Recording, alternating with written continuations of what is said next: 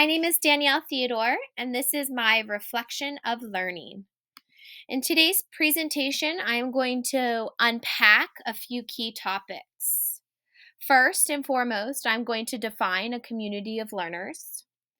Second, I'm going to reflect on my aspects of my classroom and my teaching practices. I'm going to describe the ways that my classroom environment promotes student risk taking and achievement. I am then going to talk about my current teaching practices and reflect on what I would like to change or adapt. Next, I'm going to discuss how I can better serve diverse students with diverse needs. Then, I am going to design a professional development session and unpack that a little bit. And finally, I will be sharing my final takeaways with colleagues. All right, so let's go ahead and get started. What is a community of learners?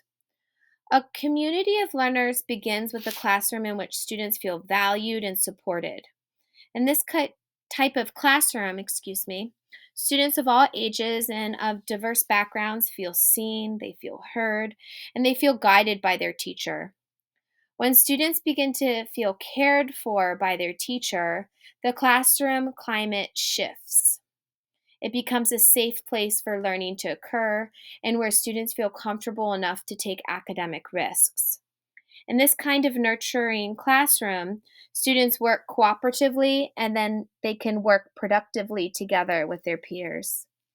At the individual level, students feel motivated and they strive to do quality work. Students are given the freedom to explore and interpret the curriculum and learning content independently rather than relying on a more traditional teacher centered approach. A community of learners is based on learner centered principles, and teachers need to be aware that students construct knowledge from their understandings, the skill sets that they have, their attitudes, their beliefs, and their experiences, and the cultural diversity that they bring to the learning environment. Teachers can support learning in a learner centered classroom by applying the principles and providing appropriate feedback to each student or student group.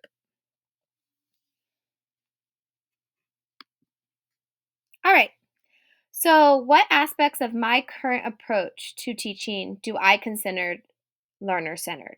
And does my classroom promote learner centeredness and promote risk taking? A learner centered classroom is a place where students are the center of the learning process. Through this approach, students feel empowered to take ownership of their education and their learning and are encouraged to reflect on what they are learning and how they are learning it. In my classroom, I cultivate an environment where students feel loved, they feel supported, and therefore engaged in the learning process. Active student engagement is a critical component for effective learning and in the development of language acquisition. When I give my students the opportunity to choose what they study by giving them options and allow them to pick the topics relevant to their lives or their interests or their needs, students become more engaged and they become more motivated in their learning. The research shows that when students are given control of what they learn and how they learn, they often find the learning process more meaningful, more enjoyable, and they're more motivated to learn. Brennan defines motivation as the effort an individual is willing to take towards achieving their goals. When students are more motivated to learn, they are more likely to use strategies that require more effort, enabling them to process new information more deeply. I create a positive learning environment for my second grade students by making learning student centered and giving students control of their learning and education. In a learner centered classroom, I recognize the cultural context of learning and allow my students to decide what they learn and how they learn. I support their learning by guiding the learning process, implementing learner centered principles, and providing feedback to each student or student group.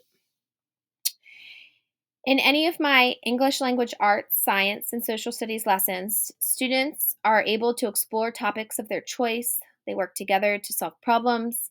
ask questions, and they are actively engaged in open discussions.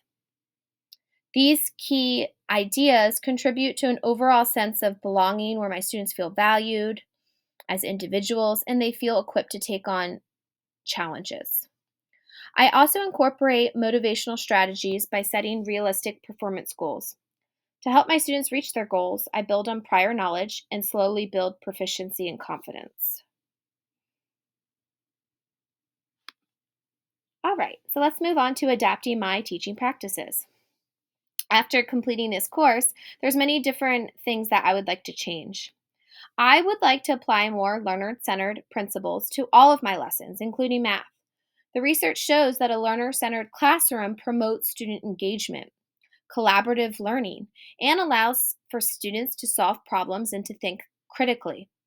While I offer opportunities for students to reflect on the learning goals, I would like to give them more freedom in setting and monitoring their own learning objectives. Right now, there is no system in place that allows my students to monitor their own progress or to review it. Rather than relying solely on formal assessments and my teacher feedback, I would like students to be able to self reflect and set goals for themselves that will help them become more intrinsically motivated to succeed. Integrating the curriculum into my learner centered classroom will help improve my students' outcomes and organize the content standards so that students can learn complex ideas and even apply them in their own lives and in the real world. All right, so how can I serve my diverse students? By using the learner centered approach. My goal as a second grade teacher is to create an environment in which all of my students are acknowledged and a place where my students feel comfortable sharing their perspectives, their ideas, and their beliefs. In my classroom, I believe my students feel safe because their perspectives are heard and respected. A learner centered approach helps serve my diverse students because it facilitates the building of intercultural skills through participation and collaboration with their peers. I also adapt my teaching styles to fit my students' diverse needs, and I modify my instruction based on what worked and what didn't, and what my students need. Being reflective in my teaching practices and analyzing what worked and what didn't, I'm better able to design instruction that is flexible and can change based on my diverse student needs. I could design a learner centered professional development session. And these are the steps that I would take in order to complete this. Designing a learner centered professional development session would require that the lesson to be learner centered. In my professional development, participants or colleagues would first brainstorm learner centered principles and approaches that they can help personalize the learning experience for student learners of all ages. Then, colleagues would then discuss their ideas with the group and share examples of how these principles are evident in their current teaching practices. As the facilitator myself, I would then introduce learner centered concepts and research backed practices related to cooperative and collaborative learning, as well as problem based tasks. Colleagues would then be given the option of working in a collaborative group setting to design an integrated learner centered lesson. It would also be interesting to put colleagues who teach different disciplines together to see what they come up with. Colleagues can work collaboratively and even use a problem based approach if they'd like. After giving groups time to construct their lesson plan, I would allow colleagues to share their ideas and approaches and create a shared document where all colleagues can assess and access the lesson plans for future use.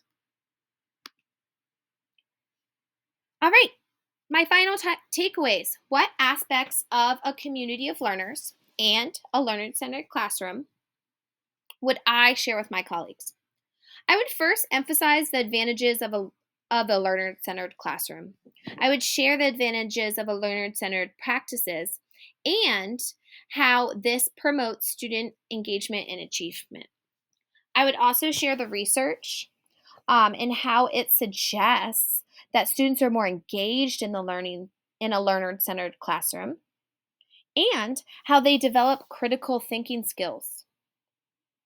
In a learner centered classroom, students achieve higher academic outcomes than classrooms that do not. Students feel that the curriculum is more meaningful when they take ownership of their learning in a learner centered classroom.